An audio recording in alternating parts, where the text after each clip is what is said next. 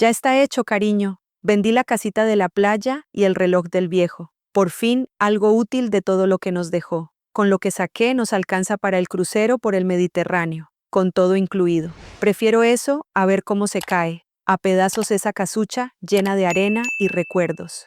La voz de mi hija sonaba clara en el audio que ella le mandaba a su marido. Reconocí su tono fastidiado, ese tono que usaba cuando hablaba de mí. Luego escuché la respuesta de él, riéndose, preguntando si yo ya sabía. Y ella, con esa risa que un día fue dulce y ahora era puro veneno, dijo, ¿qué más da? Esa vieja ni se entera. Además, cuando por fin se muera, todavía queda el piso del centro. Ese sí que lo venderemos caro. Pausa. Silencio en el audio. Y después, como si nada. Tranquilo, amor. Tú relájate. Ya está todo arreglado. Era el móvil de Patricia, el móvil de mi única hija. Ella había dejado el teléfono encima de la mesa del salón mientras iba al baño, y el audio entró con la pantalla encendida. Yo solo quise ver quién escribía. No soy de andar espiando, pero el audio empezó solo. Y las palabras salieron así, crudas, sin filtro, directo a mis oídos, como un golpe seco en el pecho. Me llamo María,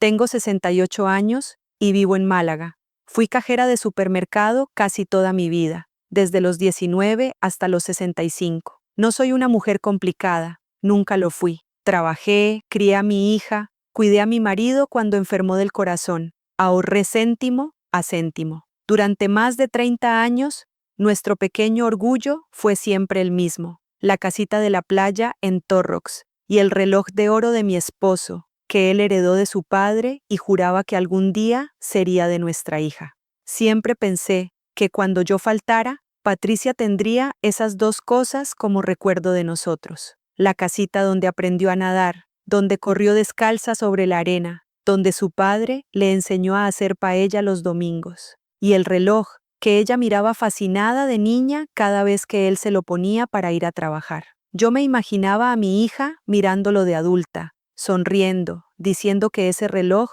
olía a su padre. Nunca se me pasó por la cabeza que lo primero que haría ella sería venderlo todo para pagar un crucero de lujo con ese vago con el que se casó. Me quedé congelada con el teléfono en la mano. No era mi móvil, era el suyo. Lo sentía caliente, como si quemara. El corazón me golpeaba tan fuerte en el pecho que me costaba respirar.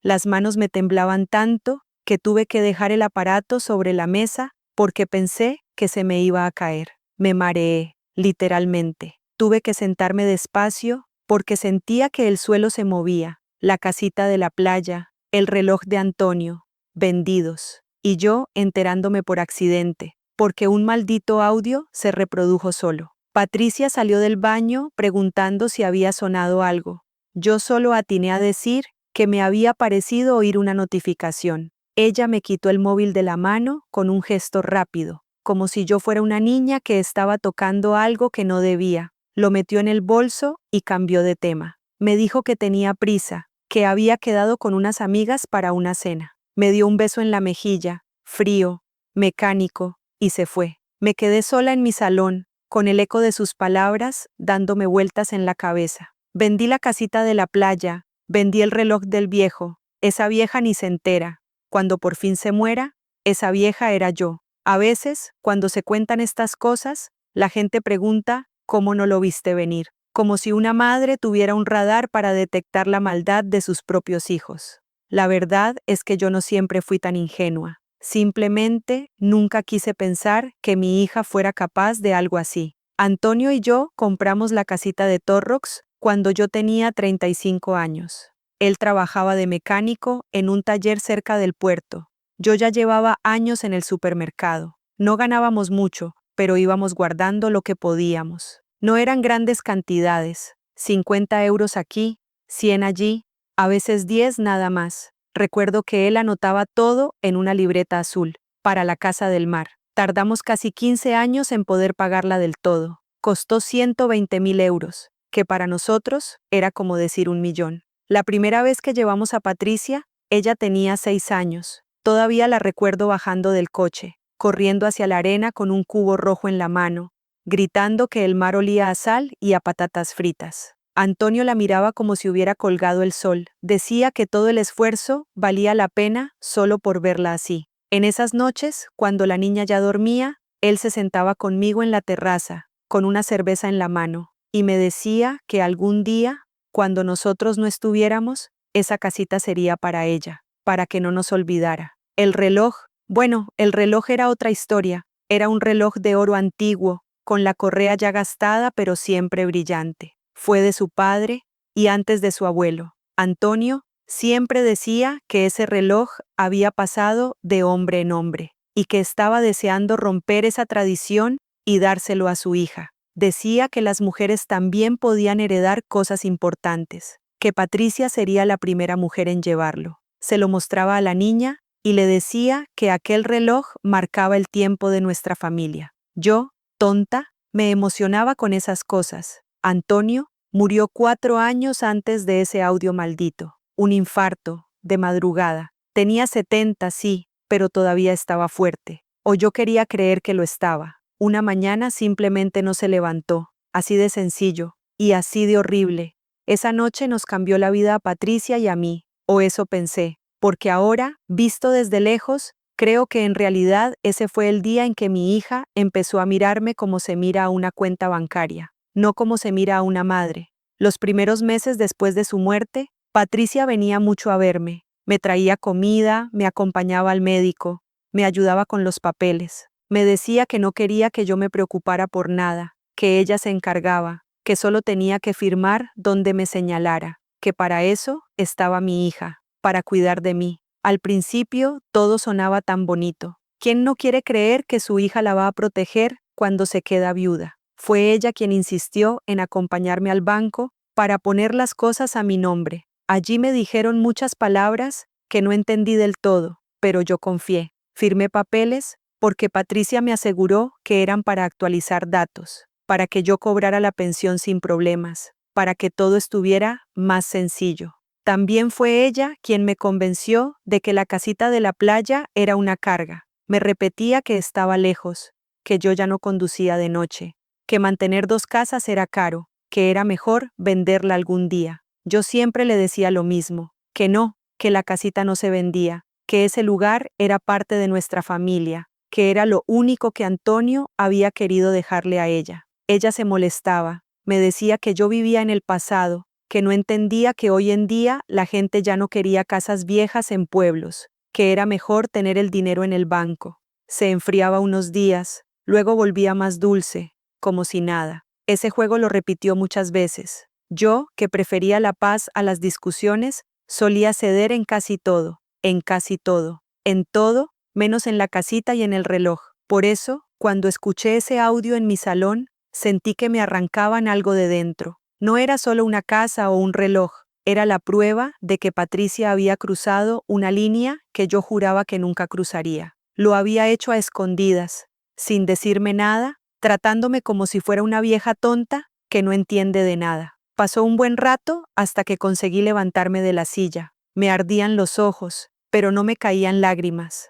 Era como si mi cuerpo no hubiera decidido todavía si llorar o gritar. Fui a la cocina, abrí el grifo y dejé correr el agua fría sobre mis manos temblorosas. Me miré en el reflejo de la ventana, ojeras marcadas, pelo revuelto, la cara más vieja de lo que me sentía por dentro. Me repetí una frase que siempre decía Antonio cuando las cosas iban mal, que primero había que comprobar los hechos y luego explotar. Así que respiré hondo y pensé que tal vez había entendido mal, que quizás hablaban de otra cosa, que igual no era la casita de Torrox, que a lo mejor el reloj era una copia, que podría haber otra explicación. Sabía que me estaba mintiendo, pero necesitaba esa mentira para no desmoronarme del todo. Fui directamente al cajón del mueble del salón donde guardaba la carpeta verde con los papeles de la casita. Lo abrí. La carpeta no estaba. Empecé a revisar los otros cajones, luego el aparador, luego el armario del pasillo. Nada. La carpeta había desaparecido. Ahí fue cuando me flaquearon las rodillas de verdad. Tuve que apoyarme en la pared. Sentí un sudor frío corriéndome por la espalda. Recordé que Patricia me había pedido hacía unos meses revisar los papeles para ver cuánto pagábamos de IBI, porque decía que quizás nos estaban cobrando de más. Yo, confiada, le di la carpeta. Ella la metió en su bolso, diciendo que luego me la traería. Nunca lo hizo. Y yo no insistí, porque volver a mirar esos papeles me dolía, porque ver el nombre de Antonio en cada documento me recordaba que él ya no estaba. Con el corazón en la boca, fui a mi habitación y abrí la cajita donde guardaba el reloj de Antonio. Era una caja roja, pequeña, con el forro ya un poco gastado. Él lo dejaba ahí cada noche, sobre la cómoda. Desde que murió, yo abría la caja de vez en cuando solo para verlo, para pasar los dedos por la correa, para sentir que todavía había una parte de él conmigo. La caja estaba vacía. Me quedé mirándola como una idiota. Le di la vuelta, la abrí y la cerré varias veces, como si el reloj fuera a aparecer de golpe. Nada, solo el hueco donde antes descansaba. Sentí una punzada aguda en el pecho. Esta vez sí, las lágrimas empezaron a caer, una tras otra, sin que yo pudiera controlarlas. Me agarré al borde de la cómoda para no caerme. Me dolía el cuerpo entero, pero el pecho era lo peor, como si alguien me aplastara con una piedra enorme. Patricia se había llevado el reloj, sin decirme nada, sin siquiera dejar una nota. Me senté en la orilla de la cama con la caja vacía en el regazo. No sé cuánto tiempo pasé así, mirando fijamente ese hueco. Pensé en Antonio, en cómo lo cuidaba, en cómo decía que era su tesoro y en cómo, aún así, hablar de dárselo a nuestra hija le iluminaba la mirada. Pensé en la niña que un día lo miraba con ojos brillantes, diciendo que algún día ese reloj sería suyo. ¿En qué momento esa niña se convirtió en la mujer que vendió el reloj de su padre para irse de crucero? Me limpé la cara con el dorso de la mano y fui a buscar mi móvil. Mis dedos marcaban el número de Patricia casi solos, como si tuvieran memoria propia. Cuando respondió, su voz sonaba normal, como si nada hubiera pasado. Yo le pregunté por los papeles de la casita. Le dije que no los encontraba. Ella me respondió que los tenía ella, que se los había llevado para revisar unas cosas con un gestor y que no me preocupara. Le pregunté directamente si había vendido la casita. No adorné la pregunta, no tenía fuerzas para rodeos. Patricia hizo una pausa y luego me dijo, con un tono que mezclaba fastidio y condescendencia, que sí, que la había vendido hacía un mes, que lo había hecho por mi bien, que la casa estaba vieja, que daba gastos, que era irresponsable de mi parte seguir manteniéndola. Me explicó que como yo ya no estaba en condiciones de gestionar bienes, ella había decidido hacerlo. Agregó que, legalmente, podía, porque según ella, todo estaba puesto a su nombre desde hacía tiempo, gracias a unos papeles que yo misma había firmado, los mismos papeles que firmé en el banco, confiando en ella, los papeles de simplificar las cosas. Me dijo que con el dinero del venta había pagado deudas, que había invertido una parte, que había hecho cosas inteligentes. Y sí, también confesó que había reservado parte para un viaje, porque según ella llevaba años sin vacaciones de verdad y se lo merecía. Cuando le pregunté por el reloj de su padre, respondió que también lo había vendido, que era un trasto viejo y que el comprador le había dado 8.000 euros, aunque valía más. Dijo que esos objetos no podían estar ahí acumulando polvo mientras a ella y a su marido les costaba llegar a fin de mes. Terminó explicando que yo no entendía la vida actual, que seguía pegada a cosas que ya no tenían sentido, que vivía en un mundo que ya no existía.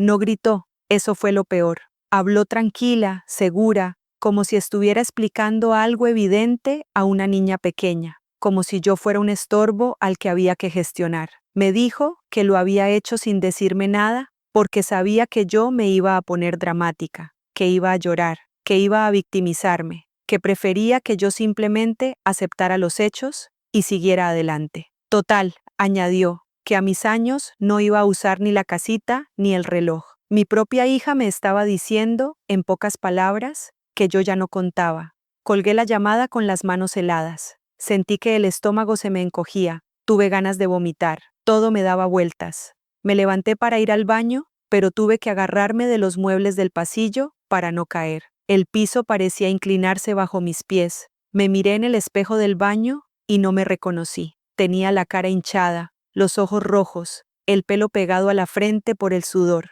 Me apoyé en el lavabo y empecé a respirar hondo, intentando no desmayarme. Recordé las palabras de Patricia en el audio, esa vieja. Recordé a su marido riéndose. Recordé el sonido de su risa cuando hablaba de vender la casita de una vez. Y entonces, sin querer, mi mente me llevó al pasado. Recordé un verano en que Patricia tenía 10 años.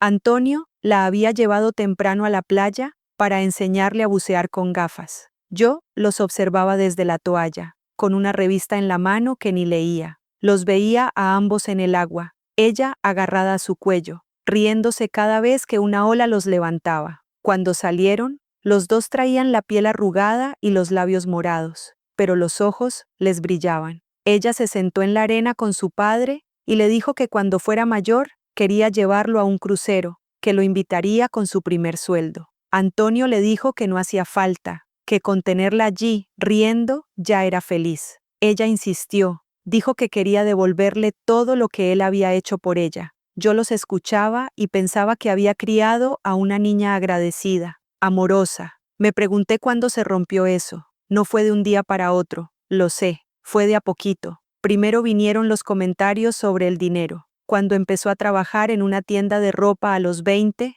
se quejaba de que ganaba poco y de que nosotros no podíamos ayudarla más. Luego, cuando se casó con Sergio, todo giró alrededor de sus proyectos, de su emprendimiento, de sus deudas. Siempre había algo, que si el coche, que si el alquiler, que si la reforma del piso. Cada vez que venía a casa, salía con un sobre de billetes o con una transferencia hecha desde mi móvil, porque ella decía que yo me liaba con la banca online.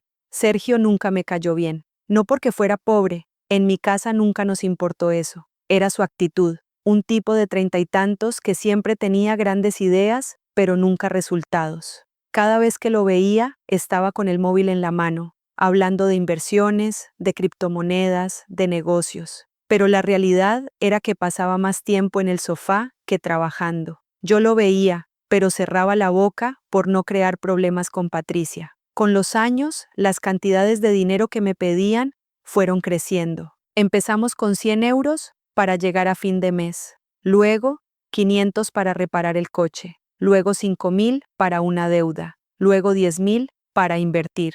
Yo fui dando, porque pensaba que así ayudaba a mi hija a tener la vida que yo no tuve, porque la voz en mi cabeza decía que para eso eran los padres, para ayudar.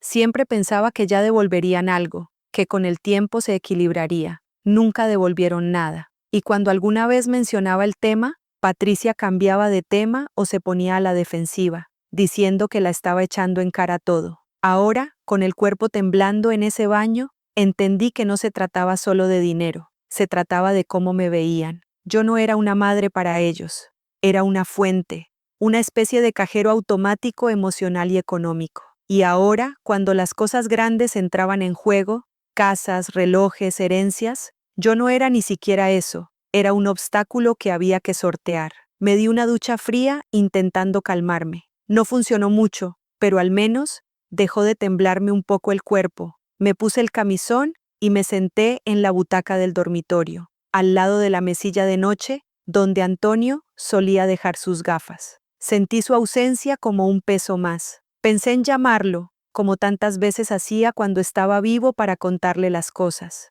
Me dolió recordar que ya no podía. Miré hacia el rincón donde seguía su viejo armario, ese que no había dejado que Patricia vaciara cuando él murió. Ella insistía en tirar sus trajes viejos, sus camisas, sus corbatas. Decía que olían a naftalina, que ocupaban espacio. Yo siempre me negaba. Le decía que ese armario se quedaba como estaba, que necesitaba tener sus cosas cerca. Me levanté, casi sin pensar, y abrí las puertas del armario. El olor a ropa guardada salió de golpe, pero debajo, muy suave, todavía estaba ese aroma a colonia barata que usaba Antonio. Pasé la mano por las camisas, por sus chaquetas, por el traje gris que se ponía en Navidad. Me dio un nudo en la garganta. Me apoyé la frente en una de las perchas y cerré los ojos. Entonces, mis dedos tocaron algo duro en el fondo, detrás de una fila de camisas, algo que no parecía tela. Moví la ropa hacia un lado y vi una caja de cartón plana, del tamaño de un sobre grande, tapada con una camiseta vieja. No la había visto antes, o al menos no la recordaba. La saqué despacio, con cuidado, como si fuera frágil. Era una caja sencilla, marrón, sin nada escrito fuera. Tenía cinta adhesiva en los bordes, pero uno de ellos estaba medio despegado, como si alguien lo hubiera cerrado con prisa. Me temblaron un poco más las manos. La llevé a la cama y me senté frente a ella. Respiré hondo antes de abrirla. Dentro había varias cosas. Unos papeles doblados, unas fotos antiguas y encima de todo, un sobre blanco con mi nombre escrito a mano. Para María. Reconocí la letra de Antonio al instante. Me dio un vuelco el corazón. El sobre estaba cerrado, pero el papel ya amarillento me dijo que no era algo reciente. Lo tomé entre los dedos. Sentí las lágrimas subiendo otra vez, pero esta vez eran raras, una mezcla extraña de miedo y esperanza. Antonio me había dejado una carta que yo no sabía que existía, una carta escondida en el fondo de su armario, detrás de sus camisas, una carta que aparecía justo el día en que me enteraba de que nuestra hija había vendido todo lo que él más quería. Me quedé un rato mirándola, sin atreverme a abrirla. Parte de mí pensaba que tal vez no debía, que quizá era algo triste,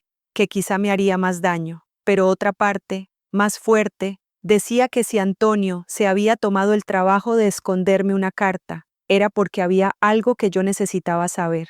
Con los dedos temblorosos, rompí el borde del sobre y saqué las hojas dobladas. Eran 3 folios escritos por las 2 caras, llenos de su letra apretada. Reconocí la forma en que hacía las íes, cómo alargaba las p's y las g's.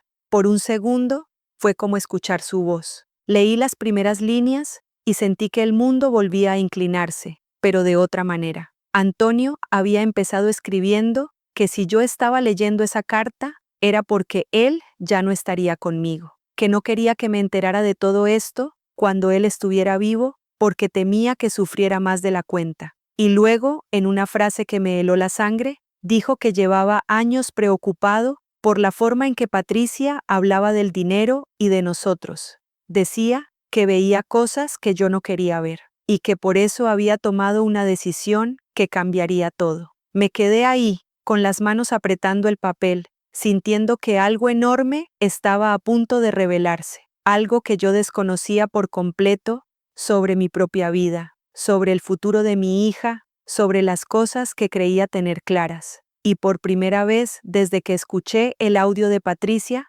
sentí una chispa muy pequeña, casi escondida, de algo que ya no era solo dolor, era otra cosa. Leí y releí las primeras líneas de la carta, como si las letras pudieran cambiar de forma si las miraba el tiempo suficiente. Antonio decía que llevaba años dándole vueltas a ese papel y que solo se había decidido a escribirlo cuando el médico le mencionó la palabra riesgo.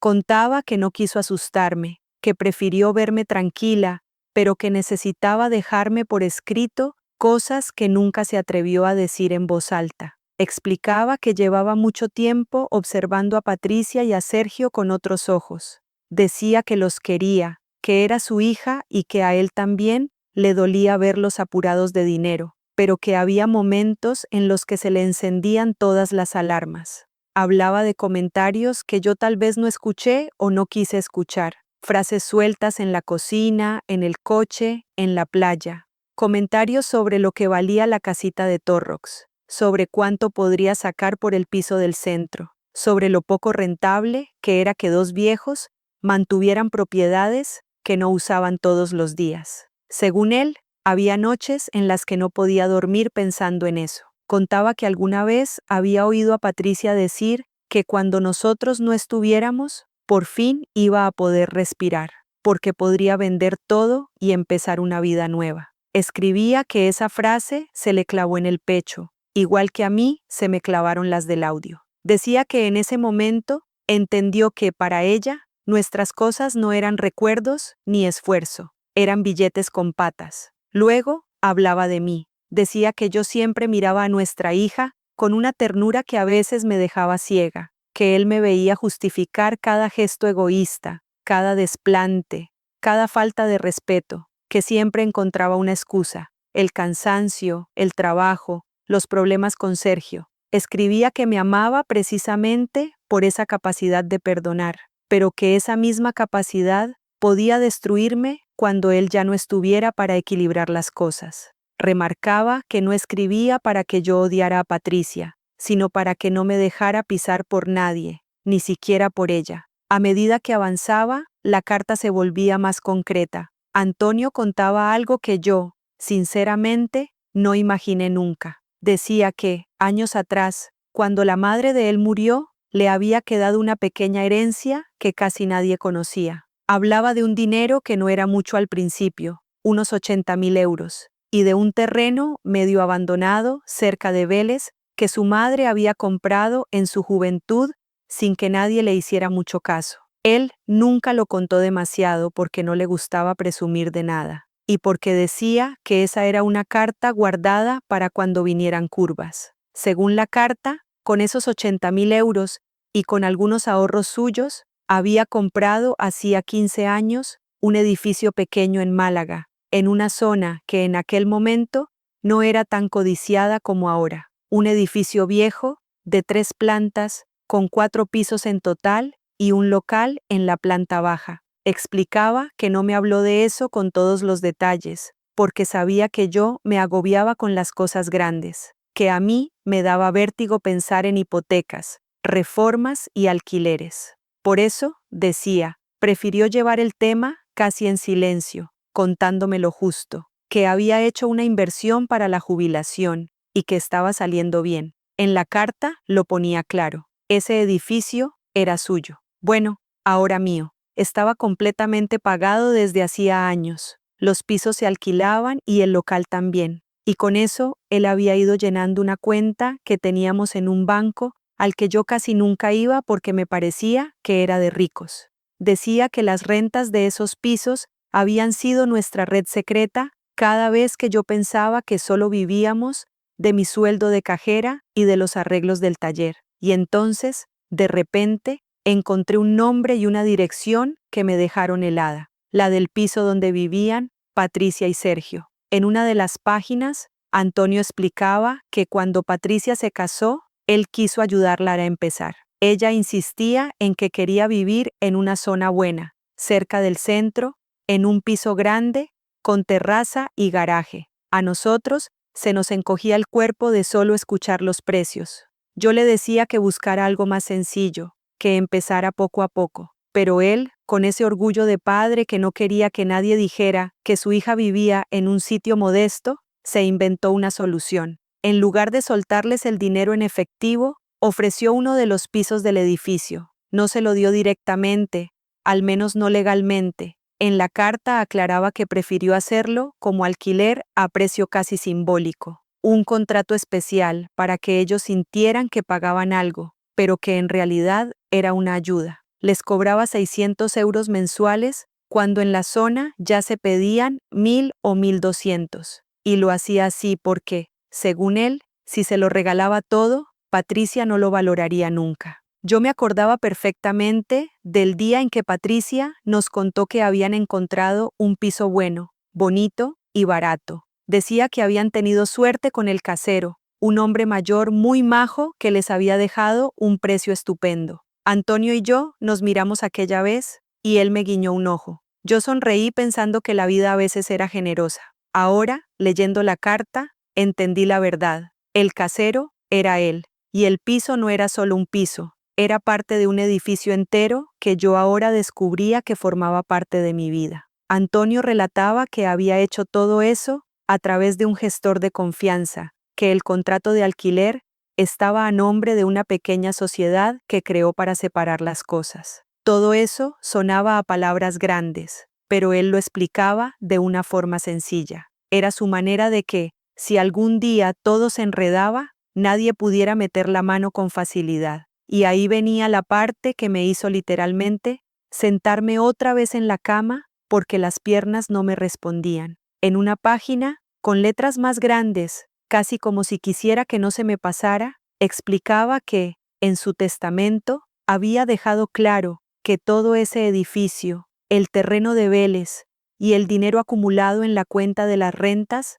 quedaban bajo mi único control, que yo era la dueña absoluta, sin condiciones, que, además, había indicado expresamente que Patricia no debía enterarse jamás de la existencia de esa cuenta, ni de la propiedad completa del edificio, mientras yo estuviera viva. Decía que no se trataba de castigar a nuestra hija, sino de protegerme, que prefería que yo tuviera una red, incluso si eso implicaba que Patricia se enfadara el día que lo supiera. Añadía algo que me dejó sin aire, que, si llegado el momento yo consideraba que Patricia no merecía heredar esos bienes, él confiaba plenamente en mi criterio para hacer con ellos lo que creyera correcto. En pocas palabras, me estaba dando permiso para apartarla de todo eso si me veía obligada. Volví a leer esa parte varias veces, sintiendo cómo se me apretaba el estómago. Jamás en la vida se me habría pasado por la cabeza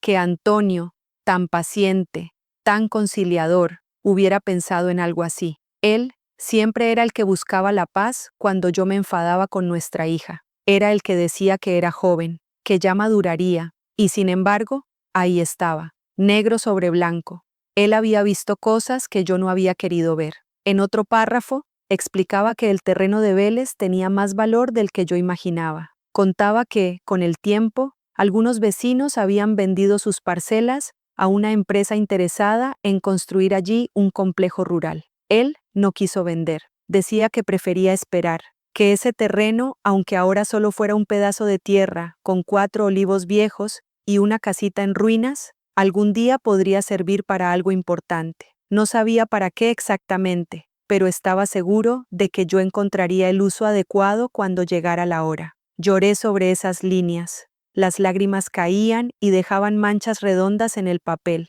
Había algo en la forma en que él confiaba en mí, en cómo hablaba de mi capacidad de decidir, que me dolía y al mismo tiempo me levantaba. Era como si me estuviera extendiendo la mano desde otro lado, empujándome a poner límites donde yo nunca los había puesto. Hacia el final de la carta, Antonio se ponía más directo con Patricia. Contaba que, en los últimos años, le habían dolido mucho ciertas actitudes. Recordaba, por ejemplo, el día en que ella nos pidió 20.000 euros para que Sergio emprendiera un negocio de comida a domicilio. Decía que la forma en que Patricia se enfadó cuando él dijo que era demasiado dinero, que había que pensarlo, le abrió los ojos. Relataba que la vio cambiar la cara, fruncir el ceño y dejar caer que si no confiaba en ella, mejor que no esperara visitas. Según la carta, esa noche él supo que había una parte de nuestra hija que no nos veía como personas,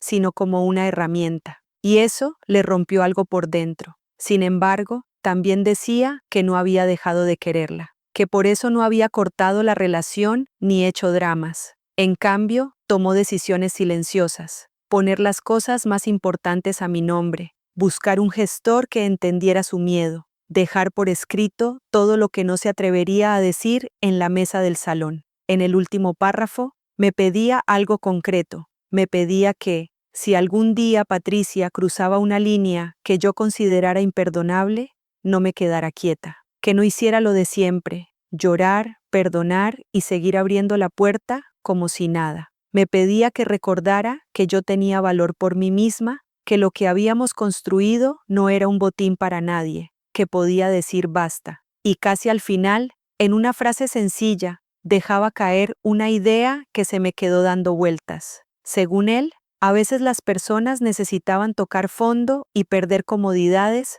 para descubrir quiénes eran de verdad, que tal vez el mayor acto de amor que una madre podía tener hacia un hijo era no salvarlo siempre de las consecuencias de sus actos. Cuando terminé de leer, sentí que se me había quedado el pecho hueco. Era demasiada información para un solo día. La traición de mi hija, la venta de la casita y del reloj, la existencia de un edificio que ahora resultaba ser mío, un terreno con posibilidades, y encima, una carta pidiéndome que, llegado el momento, me plantara. Estuve un buen rato con los folios en las manos, sin moverme. Afuera ya era de noche. La ventana del dormitorio reflejaba mi propia imagen, con el papel arrugado entre los dedos y los ojos hinchados. Pensé que, si alguien me viera desde fuera, diría que era una vieja agotada, pero por dentro, junto al cansancio, empezaba a aparecer algo más, una especie de calor raro, una mezcla de rabia, dignidad y miedo. Me levanté al fin, guardé la carta en la caja y la caja en un cajón de mi mesilla de noche. No quería dejarla otra vez en el armario por si acaso. Sentía que ahora era un arma y un abrazo a la vez, y necesitaba tenerla cerca. Esa noche casi no dormí. Cada vez que cerraba los ojos, veía la imagen de la casita de Torrox con un cartel de vendido en la puerta. Imaginaba el reloj de Antonio en la muñeca de algún desconocido. Escuchaba la risa de Patricia contando su crucero, y veía, superpuesta a esa escena, la letra de él diciendo que yo tenía el poder de cambiar las cosas. Al día siguiente, me levanté con los ojos como dos tomates, pero con una decisión tomada. Antes de hacer nada con Patricia, necesitaba saber exactamente dónde estaba parada. Tenía que comprobar si todo lo que Antonio escribía seguía vigente, si el edificio seguía a mi nombre, cuánto dinero había en esa cuenta, qué papeles se habían movido desde que él murió. Fui al banco que él mencionaba en la carta. Tenía la dirección apuntada, aunque me sonaba haber estado allí alguna vez con él. Recuerdo que, el día que pagamos por fin la última cuota de la casita de Torrox, fuimos a ese banco a ingresar algo. Yo entré pensando que era un trámite más, sin imaginar todo lo que se movía por detrás. Cuando llegué, me sentía fuera de lugar. El suelo brillante, el aire frío del aire acondicionado, la gente bien vestida. Me miré a mí misma con mi ropa sencilla, mis zapatos gastados y mi bolso antiguo, y por un momento pensé que no pintaba nada allí, pero luego recordé la carta de Antonio y me obligué a acercarme a la mesa de información. Pedí hablar con alguien sobre unas cuentas a nombre de mi marido, fallecido y mío. Di mi DNI, el nombre completo de Antonio, y la carpeta con algunos papeles que encontré junto a la carta, donde aparecía el número de cuenta y los datos de esa sociedad rara. Noté que la chica que me atendió cambió el gesto cuando vio los datos en el ordenador. Me pidió que esperara un momento y al rato me llevó a un despacho donde me recibió un hombre con traje. No voy a entrar en detalles técnicos porque la verdad ni los entendí del todo. Solo puedo decir que, después de casi una hora de explicaciones, supe tres cosas claras. La primera, el edificio seguía siendo nuestro, ahora mío. No había hipotecas pendientes ni embargos raros. La segunda, la sociedad que lo gestionaba estaba activa, pero en la práctica, yo era la única persona con poder para decidir sobre ella. Y la tercera, en la cuenta de rentas acumuladas, había más dinero del que yo hubiera podido imaginar. El hombre dijo una cantidad, y yo tuve que pedirle que la repitiera mentalmente. Hablaba de 293.000 euros y algunos céntimos. Para alguien acostumbrada a ver 1.000, 2.000, 5.000 como cifras grandes, aquello era una montaña. Sentí que se me aflojaban las manos y tuve que apoyar el bolso en el suelo. Pensé que, mientras yo contaba monedas para llegar a fin de mes cuando bajó mi pensión, mi hija se paseaba por cruceros de lujo sin saber que su madre tenía, sin quererlo, casi 300.000 euros guardados en una cuenta que ella no podía tocar. Me dio vergüenza sentir un poco de orgullo por eso, pero lo sentí. Una parte de mí se hinchó, como si de repente el mundo dejara de verme como una viejecita cualquiera, y yo misma empezara a creer que no estaba tan desprotegida como pensaba. Luego fui a mi banco de barrio. Pedí un extracto de los últimos años. Ver todas esas transferencias con el nombre de Patricia, esos cargos de compras que yo no recordaba, esas cantidades que se iban hacia una tarjeta adicional a la que yo nunca había tenido en la mano, me revolvió el estómago. No era solo la casita y el reloj, era un goteo constante de pequeños abusos que yo había ido tapando con amor. Volví a casa con un fajo de papeles en el bolso y la cabeza a punto de estallar. Me preparé un café cargado y me senté en la mesa del salón, esa misma donde tantas veces puse platos de comida para Patricia y Sergio, donde jugué con mi nieto cuando era pequeño, donde conté billetes para ayudarles con la enésima urgencia. Extendí los extractos, la carta de Antonio, las notas que había tomado en el banco, y los miré como si fueran las piezas de un rompecabezas. Había una parte de mí que quería romperlo todo, tirarlo, hacer como que no había visto nada. Esa parte prefería volver a ser la madre ingenua que creía que su hija, en el fondo, era buena y que solo estaba confundida. Pero había otra parte, nueva, que no estaba dispuesta a seguir tragando. Recordé las palabras de Antonio pidiéndome que no me dejara pisar. Recordé lo que decía sobre dejar que la gente enfrentara las consecuencias de sus actos. Y mientras revolvía el café con la cucharilla, me encontré a mí misma pensando en algo que me dio miedo. ¿En qué pasaría si yo, por primera vez en casi 70 años, decidiera poner condiciones? Me venían a la cabeza imágenes de Patricia contando lo del crucero, brindando con una copa de champán pagada con la venta de la casita donde aprendió a nadar. Imaginaba a Sergio subiendo fotos a las redes, enseñando platos de buffet y piscinas infinitas. Pensaba en el reloj de Antonio, convertido en dinero fácil en manos de un desconocido. Sentí que algo dentro de mí hacía clic. Hasta ese momento, yo siempre había reaccionado igual: llorar, tragar, perdonar y seguir prestando dinero. Pero esa vez tenía algo que nunca antes tuve: poder real. Tenía un edificio, un terreno, una cuenta que ellos no conocían. Y sobre todo, tenía una carta de Antonio diciéndome que confiaba en mi criterio. Me quedé allí, con las manos rodeando la taza, pensando qué clase de madre quería ser a partir de ahora. No quería vengarme por vengarme. No era mi forma de ser, pero tampoco quería seguir siendo la alfombra donde todos se limpiaban los pies. Mientras miraba los papeles, mi mirada cayó sobre la dirección del edificio, la del piso donde vivían Patricia y Sergio. Pensé en el contrato de alquiler, en el precio ridículo que pagaban, en cómo ella siempre presumía de que se lo habían dejado barato porque sabían negociar. Me pregunté qué sentiría si descubriera que el dueño del edificio era su padre, y ahora yo. Me di cuenta de que ahí había una llave muy concreta. Respiré hondo y me levanté a buscar la caja de los sellos, las cartas viejas, los sobres. Hacía años que no enviaba una carta de verdad, pero sentí que aquello tenía que empezar por escribir. No un mensaje de móvil, no un audio, no una llamada, una carta, una forma de poner por escrito, igual que hizo Antonio, todo lo que yo estaba dispuesta y no dispuesta a aceptar. Me senté de nuevo, tomé un folio en blanco y un bolígrafo. Mis manos seguían temblando un poco, pero al apoyar la punta sobre el papel, sentí algo que hacía mucho que no sentía, que tenía el control de la historia. Empecé escribiendo el nombre de mi hija en la parte de arriba de la hoja. Después, empecé a contarle que sabía lo de la venta de la casita y del reloj, que conocía cada detalle, que había escuchado su audio, que había visto los movimientos de mi cuenta. Le expliqué que no se trataba de dinero, que lo que me había roto era la forma en que hablaba de mí, como si yo fuera una carga sin valor. Luego, añadí algo que hasta a mí me sorprendió. Le conté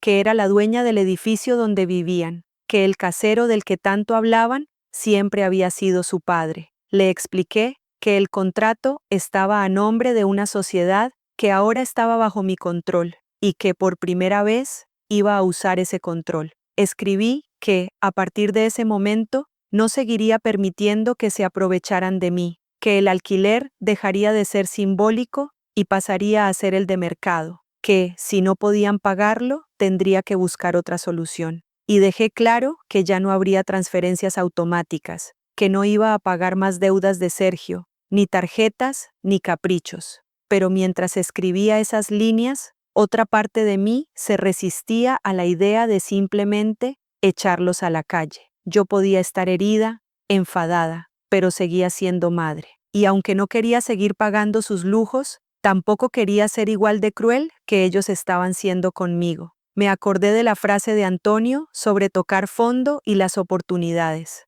Y entonces empecé a escribir otra cosa, una condición, algo que no era un castigo por puro castigo, sino una especie de camino de vuelta. Les hablé de un piso pequeño que había libre en el mismo edificio, en la planta baja, más interior, sin terraza ni garaje, un apartamento de unos 50 metros, con una sola habitación, cocina sencilla y salón reducido, un piso digno, pero modesto. Expliqué que si no podían asumir el alquiler completo del piso grande, podrían trasladarse allí pagando un alquiler mucho más bajo, casi simbólico. siempre que aceptaran una serie de condiciones. Me tembló la mano al escribir esas condiciones, pero las escribí. Les dije que si querían seguir contando conmigo, Patricia tendría que asumir una responsabilidad que no tuviera nada que ver con dinero fácil ni con lujos, que podría ocupar ese piso pequeño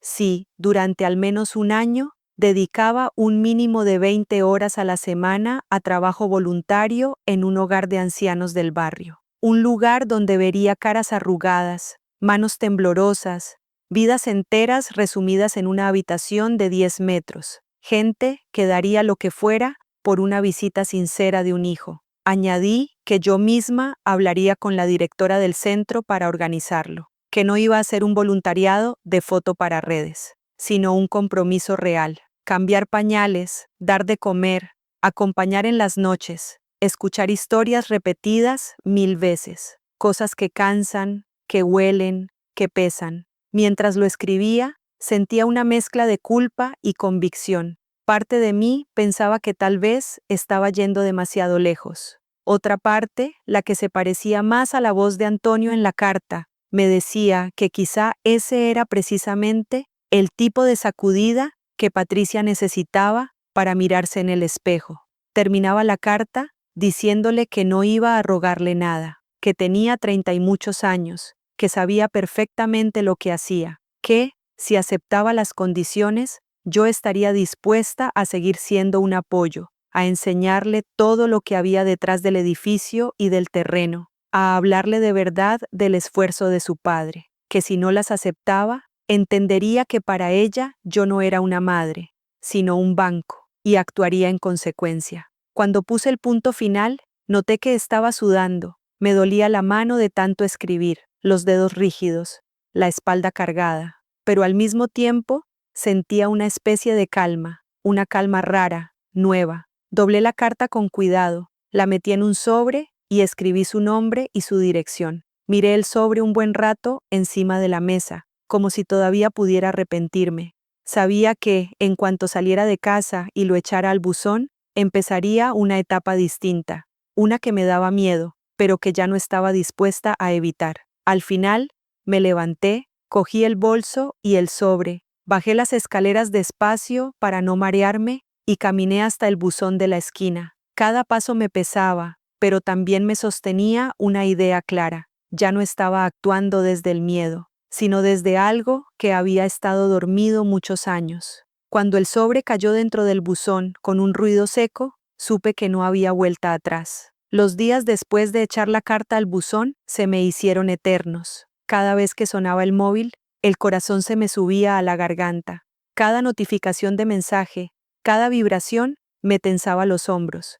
Había algo ridículo en que una mujer de casi 70 años se quedara mirando una pantalla como una quinceañera esperando respuesta del novio. Pero así estaba yo, atrapada entre el miedo de que Patricia respondiera y el miedo de que no dijera nada. El primer día no hubo señales, ni una llamada, ni un mensaje. Vi en la foto de su estado una imagen de un cóctel azul y el mar de fondo. Supuse que ya estarían en el crucero o a punto de embarcar. Me hirvió la sangre imaginando que mientras yo me revolvía por dentro, ella estaba brindando con alcohol caro, pagado con la casita y el reloj. El segundo día, a media mañana, aparecieron los primeros mensajes, un párrafo tras otro. No los voy a repetir palabra por palabra, pero el tono era claro. Mi hija me decía que había recibido mi carta y que no podía creer que yo fuera capaz de algo así. Me acusaba de manipuladora, de haberle ocultado lo del edificio,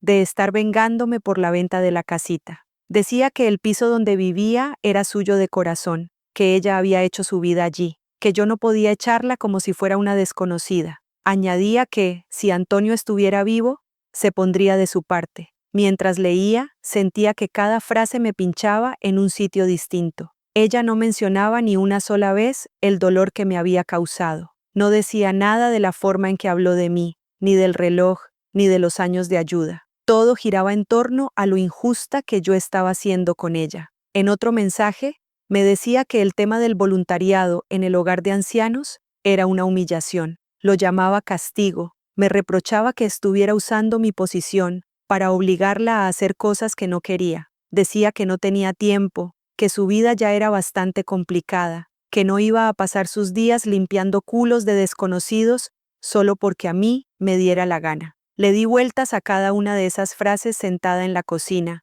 con el vaso de agua en la mano. Sentí esa vieja tentación de siempre, la de pedir disculpas aunque yo no hubiera hecho nada mal, solo para calmarla, para no perderla. Me vi mentalmente diciéndole que podíamos hablar, que olvidáramos la carta, que buscáramos otra solución, pero entonces me vino a la cabeza la imagen de Antonio escribiendo, su letra firme, sus palabras pidiéndome que no me dejara pisar. Decidí no responder en caliente.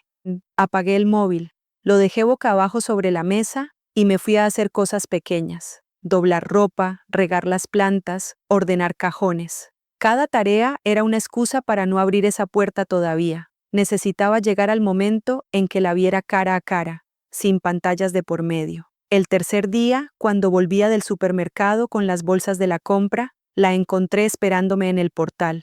Estaba apoyada en la pared, con gafas de sol grandes, el pelo recogido deprisa, sin maquillaje. Se le notaba el viaje en la piel, un poco más morena, las uñas recién hechas, pero la expresión crispada. Me dijo que teníamos que hablar, que no pensaba hacerlo por mensajes. Usó un tono seco, sin cariño. Subimos en silencio. El ascensor se me hizo pequeño. Podía notar su respiración agitada, el olor a perfume fuerte mezclado con el de tabaco frío. En el salón, antes de que yo pudiera ofrecerle un vaso de agua, empezó. Me dijo que había leído la carta 1000 veces y que cada vez se enfadaba más. Me reprochó que hubiera escondido lo del edificio durante años, que la hubiera dejado vivir en un piso cuyo dueño era su propio padre sin decírselo. Decía que eso era engañarla. Yo intenté explicarle que no lo hice yo, que fue decisión de Antonio, que él pensó que era la mejor manera de ayudar sin malcriar,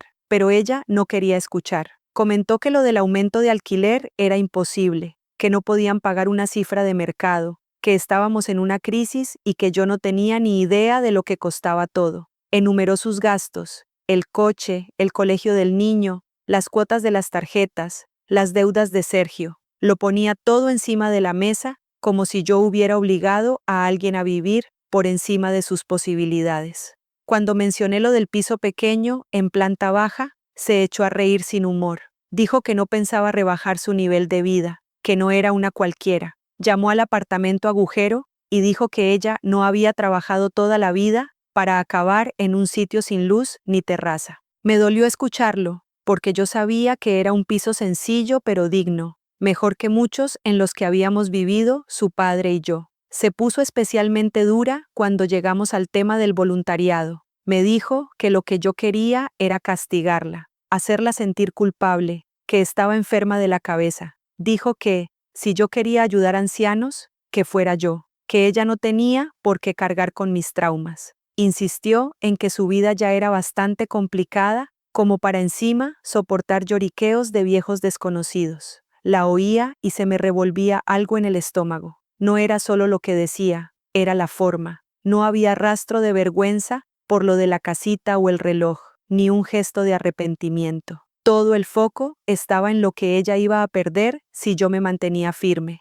En un momento dado, sacó el móvil y me dijo que había hablado con Sergio, y que él opinaba que lo que yo estaba haciendo era ilegal, que según él, no podía subir el alquiler de esa manera ni echarlos. Lo nombró como si fuera un experto. Yo no pude evitar sonreír con tristeza. Le respondí que ya había consultado con un abogado, que el contrato estaba a nombre de la sociedad y que mi decisión era completamente legal, siempre y cuando respetara los plazos. Le dije que tenía 3 meses para decidir si aceptaba las nuevas condiciones o buscaba otro lugar.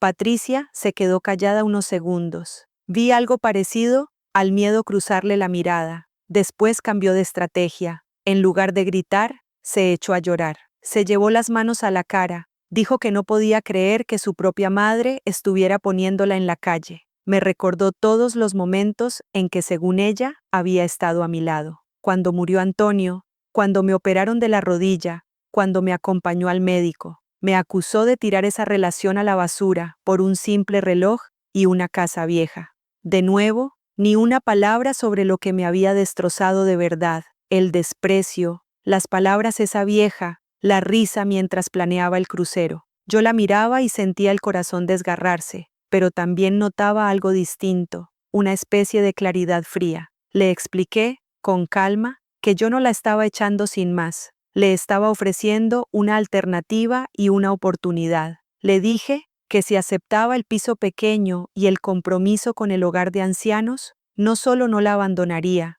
sino que la apoyaría para que reconstruyéramos la confianza. Añadí que si no lo hacía, yo no tendría más remedio que entender que lo único que le interesaba de mí eran mis cosas, y actuaría como si fuera cualquier otra inquilina que no quiere pagar lo que corresponde. Ella respondió que eso era un chantaje. Yo le dije que lo llamara como quisiera, pero que eran mis condiciones. En ese momento, se levantó de la silla con brusquedad, tirando un poco de la mantelería. Me dijo que no pensaba aceptar, que prefería buscar otro sitio, que cuando yo estuviera sola y enferma, me acordaría de esto.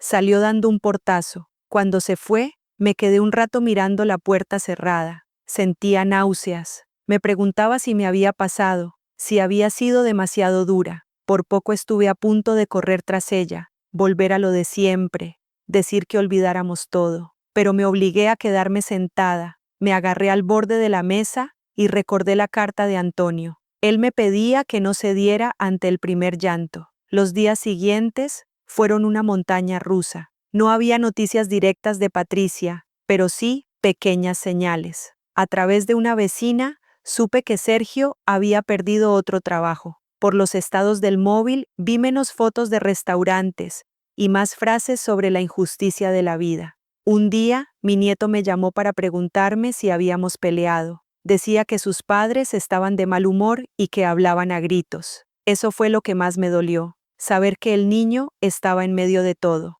Yo lo adoraba. Había pasado muchas tardes con él en el parque, ayudándole con los deberes, llevándole bocadillos a los entrenamientos. Pensar que ahora oiría mi nombre mezclado con insultos me apretaba la garganta. Un sábado por la tarde, casi 3 semanas después de aquella discusión, sonó el timbre. Cuando abrí, Patricia estaba en el rellano, pero esta vez tenía otro gesto. No diré que parecía una santa, ni mucho menos, pero ya no traía esa mirada de guerra. Se le notaba el maquillaje corrido, como si hubiera llorado. Sus hombros estaban caídos. Entró sin decir mucho y se sentó en la mesa de la cocina. Me dijo que las cosas estaban mal, que Sergio no encontraba trabajo, que las tarjetas se habían disparado, que el banco los llamaba todos los días. Confesó que había ido a ver pisos más baratos, pero que todo lo que encontraba en esa zona costaba lo mismo o más de lo que yo pensaba pedirle por el alquiler normal. Dijo que mudarse a otro barrio implicaría cambiar al niño de colegio y que eso lo destrozaría. Mientras hablaba, no dejaba de mirar mis manos. Creo que esperaba ver piedad. Me pidió, casi suplicando, que por lo menos no tocara el alquiler del piso donde estaban, que en todo caso subiéramos un poco, pero no tanto.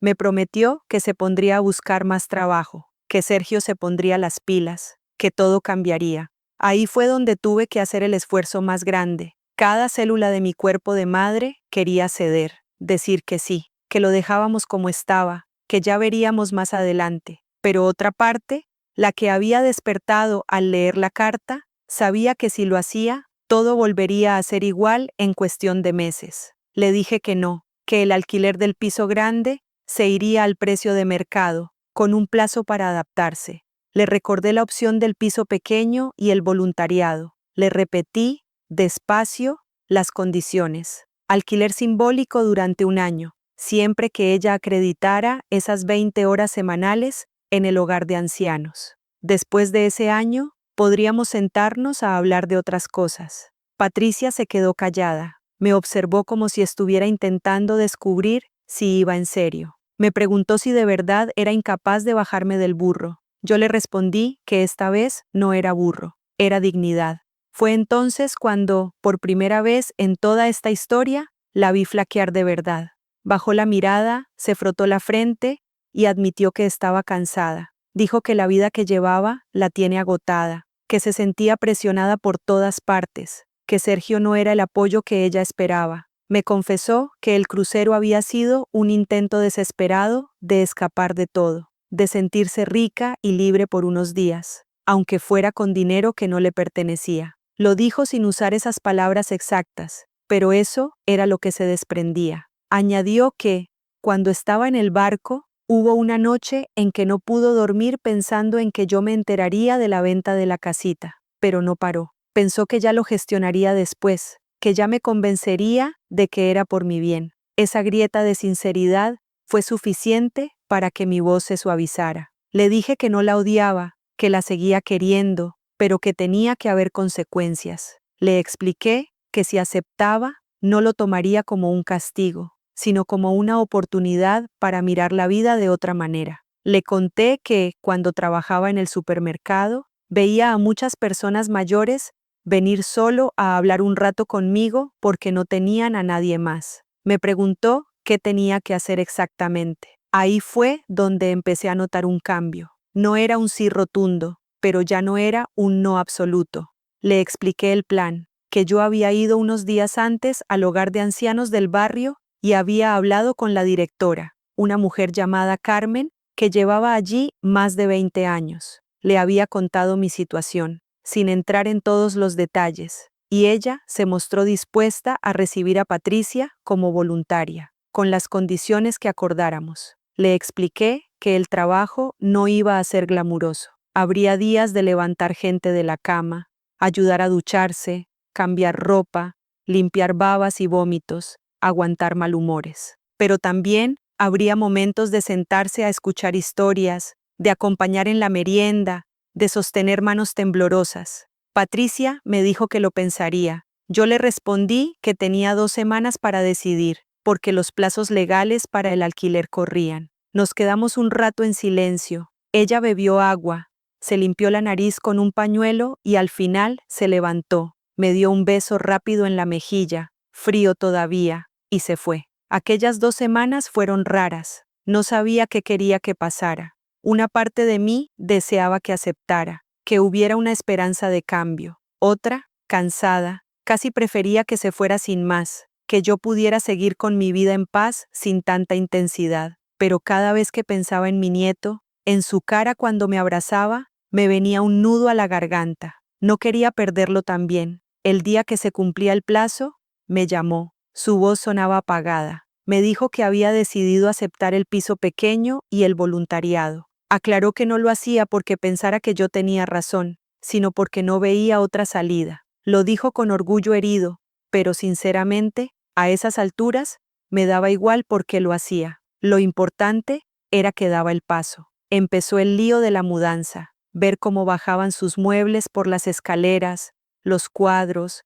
las cajas con ropa, los juguetes del niño. Fue como ver en directo la caída de una fachada. Yo ayudé en lo que pude, llevando bolsas, ofreciendo comida, pero sin meterme demasiado. Esa vez decidí no solucionarle la vida, solo estar cerca sin invadir. El piso pequeño, en la planta baja, era humilde pero acogedor. Yo misma me ocupé de que lo pintaran y de que funcionara bien la caldera antes de que ellos entraran. No quería que nadie dijera que los había mandado a un sitio miserable. Cuando terminamos de limpiar, me quedé un rato sola en ese salón diminuto, oliendo a pintura fresca, imaginando cómo sería su vida allí. Menos espacio, menos lujo, pero quizá más realidad. En paralelo, empezó el tema del hogar de ancianos. La primera mañana que Patricia fui con ella.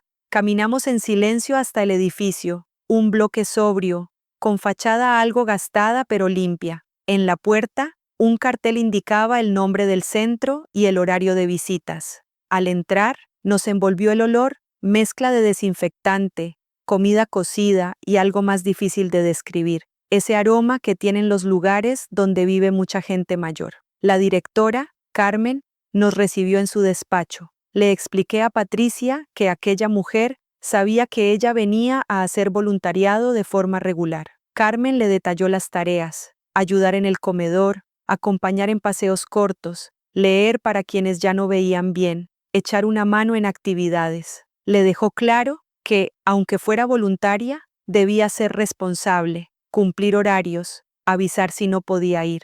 Patricia asentía, pero se le notaba tensa. Miraba a su alrededor con cierto asco disimulado, como si no quisiera que se notara que le incomodaba. En un momento, una señora muy mayor se asomó a la puerta con andador y preguntó si alguien podía ayudarla a encontrar sus gafas. Carmen le dijo que esperara un momentito. Yo miré a mi hija y vi cómo tragaba saliva. No estaba acostumbrada a ver fragilidad tan de cerca. Ese primer día, Patricia solo estuvo unas horas, de observadora. Volvió a casa agotada y de mal humor. Me dijo que aquello era deprimente, que las personas no paraban de quejarse, que el olor era insoportable. Comentó que no sabía cómo podía aguantar más de una semana. Yo la escuché sin juzgar demasiado. Recordé que Antonio siempre decía que nadie aprende a nadar sin meterse en el agua. Las primeras semanas fueron duras para ella. A menudo venía a mi casa después de sus horas allí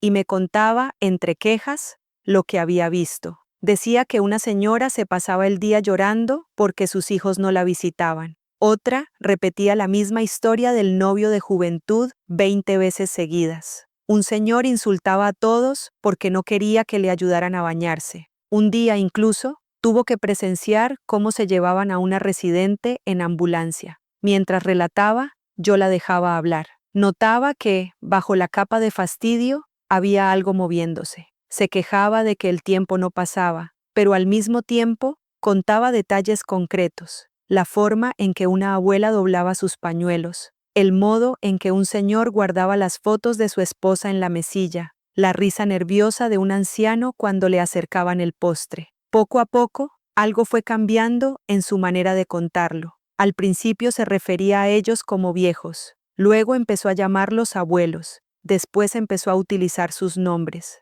Me decía que una señora llamada Lola le había pedido que se sentara un rato a hablar, que le recordó a mi madre por el acento. Otro día me habló de un hombre llamado Ricardo, que había sido carpintero y que le enseñó fotos de muebles hechos por él. Un jueves, unas 6 semanas después de haber empezado, vino a verme con los ojos brillantes. Me dijo que aquel día había pasado algo que la había removido. Me contó que una residente, Carmen María, se había desorientado y había empezado a preguntar por su hija. Nadie sabía dónde estaba esa hija. Llevaba meses sin aparecer. La señora se había puesto muy nerviosa, llorando, diciendo que no quería morirse sin verla. Patricia me relató que, sin pensarlo demasiado, se sentó a su lado, le cogió la mano y empezó a hablarle de cosas triviales, del tiempo, del menú del día, de las flores del jardín. La señora se fue calmando poco a poco. En un momento, Carmen María le apretó la mano y le dijo que, por un momento, al mirarla, había sentido que su hija sí estaba allí, aunque sabía que no era verdad. Le agradeció el gesto como si hubiera hecho algo enorme. Mientras me lo contaba, Patricia se emocionaba. Decía que se había sentido útil de una forma que no recordaba, que nadie le estaba pagando por eso, pero que, aún así, había salido de allí con un peso distinto en el pecho. Yo la escuchaba y veía, como quien mira crecer una planta, pequeñas hojas nuevas donde antes solo había tierra seca. A la vez, la realidad de su vida en el piso pequeño apretaba. Sergio no se adaptó bien, se quejaba del ruido del portal, de la falta de luz, del espacio reducido. Empezaron las discusiones.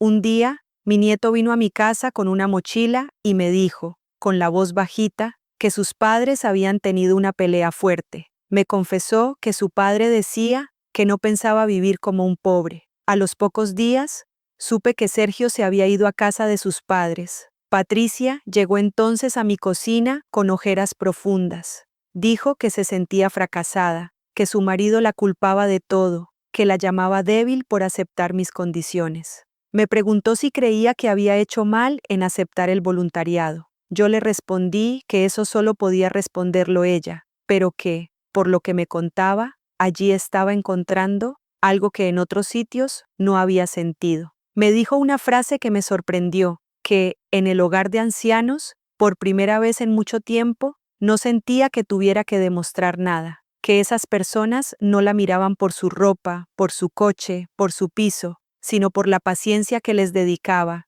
por las sonrisas forzadas o sinceras, Hablaba y yo sentía que, igual que ella iba viendo la humanidad de esos mayores, yo empezaba a recuperar la suya. Mientras todo esto pasaba, yo también empecé a mirar de otra forma el terreno de Vélez. Fui a verlo un par de veces, sola. Cogía un autobús y luego un taxi hasta la zona. El terreno estaba tal y como Antonio lo había descrito en la carta, una porción de tierra amplia, con algunos olivos viejos y una casita casi en ruinas. Desde allí se veía el paisaje medio campo, medio pueblo. Había silencio y una luz especial, de esas de atardecer que tiñen todo de naranja. Me sentaba en una piedra y cerraba los ojos. Me imaginaba posibilidades, no tanto números ni planos, porque nunca fui de grandes proyectos, sino sensaciones. Pensaba en un lugar donde las personas mayores no fueran solo cuerpos aparcados hasta el final, sino gente con historias, con dignidad. Recordaba comentarios de Carmen, la directora del hogar, cuando me hablaba de la falta de plazas, de las listas de espera, de los recortes. Me sorprendí soñando despierta, con algo que nunca me habría atrevido a imaginar unos meses antes, que tal vez ese terreno no estaba destinado a ser vendido al mejor postor, sino a convertirse en algo nuestro, de Patricia y mío, un proyecto compartido. La idea me parecía enorme y me daba vértigo, pero al mismo tiempo, cuando la dejaba entrar, sentía una especie de calor esperanzador. Un día, al volver de Vélez, pasé por el hogar de ancianos a saludar. Quería ver a Patricia en acción, sin que ella supiera que yo estaba allí. Carmen me dejó quedarme un rato en el pasillo, observando desde lejos. La vi empujando la silla de ruedas de una señora muy menuda. La escuché, desde la distancia, preguntar cómo había dormido, si el puré estaba bueno ese día. Se inclinaba para entender mejor lo que la mujer le decía. No miraba el móvil, no tenía esa expresión de aburrimiento que tanto le conocía. Tenía la postura cansada pero presente. En un momento, una residente tiró sin querer un vaso de agua. Patricia se agachó de inmediato, recogió los trozos de plástico, secó el suelo con una bayeta sin hacer un drama. No vi ni rastro de asco en su cara, vi concentración, se me llenaron los ojos de lágrimas, pero esta vez no eran solo de dolor. Había algo parecido al orgullo, un orgullo tímido, que todavía no se atrevía a mostrarse del todo porque sabía de dónde veníamos, pero orgullo al fin y al cabo. Cuando ella terminó su turno, Carmen le comentó que yo estaba allí. Patricia vino hacia mí con gesto de sorpresa. Me dijo que no esperaba verme, que aquello era su espacio, pero lo dijo sin dureza,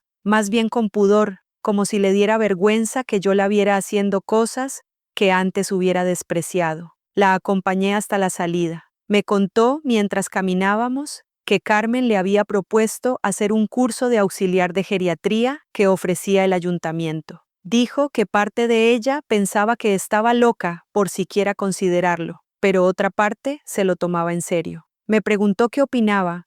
Yo sentí que el corazón me daba un vuelco. No quise presionarla. Le dije que, si eso la hacía sentirse útil y más tranquila con ella misma, yo la apoyaría en lo que hiciera falta. Le recordé que era buena aprendiendo, que siempre había tenido memoria para los detalles. Me sonrió un poco, algo tímida, y comentó que, por primera vez en años, estaba imaginando un futuro que no giraba alrededor de Sergio ni de tarjetas de crédito. Esa noche, ya sola en mi cama, volví a sacar la carta de Antonio. La releí desde el principio hasta el final.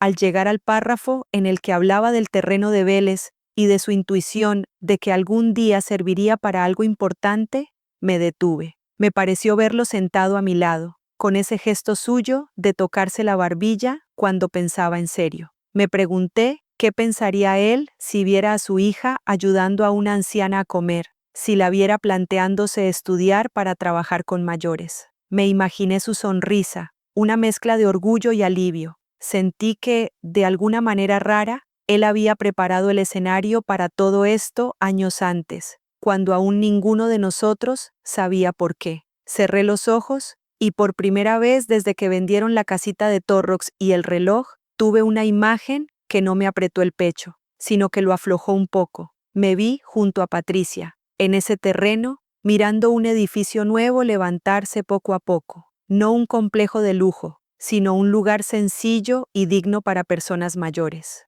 Un sitio donde nadie fuera una carga inútil y donde palabras como esa vieja no tuvieran cabida. No sabía cómo, ni con qué dinero exacto, ni con qué permisos. No soy arquitecta ni empresaria, pero ya no me asustaba tanto la idea. Tenía casi 300.000 euros que Antonio había ahorrado silenciosamente. Tenía un edificio con 4 pisos y un local. Tenía un terreno. Tenía a una hija que empezaba a mirarse en el espejo con otros ojos y a un corazón mío que, aunque lleno de cicatrices, seguía siendo capaz de apostar.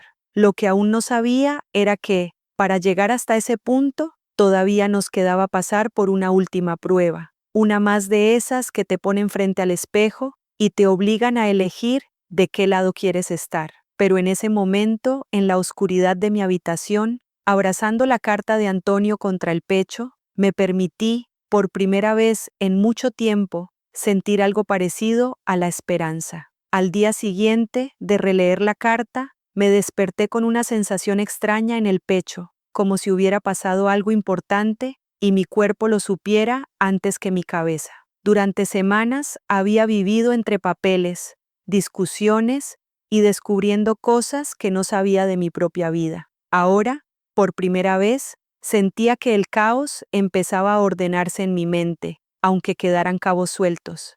Patricia seguía con el voluntariado y con el curso de auxiliar de geriatría. Se levantaba temprano, llevaba al niño al colegio, iba al centro de mayores, después al curso, y por la tarde buscaba trabajos que pudieran encajar con lo que estaba aprendiendo. Se la veía cansada, con ojeras, pero había algo distinto en su mirada. Ya no hablaba tanto de escapar o de lujos. Empezaba a hablar más de horarios, de pacientes, de técnicas para movilizar a una persona sin hacerle daño, de cómo reconocer una úlcera o cómo cambiar una cama con el enfermo encima. Yo la escuchaba y me parecía otra, no un milagro repentino, porque seguía teniendo arranques de mal genio y días en los que se quejaba de todo, pero ya no era aquella mujer que solo pensaba en el próximo viaje o en el siguiente capricho. Ahora también pensaba en si a la señora Dolores le dolían las rodillas o si don Ricardo había comido bien.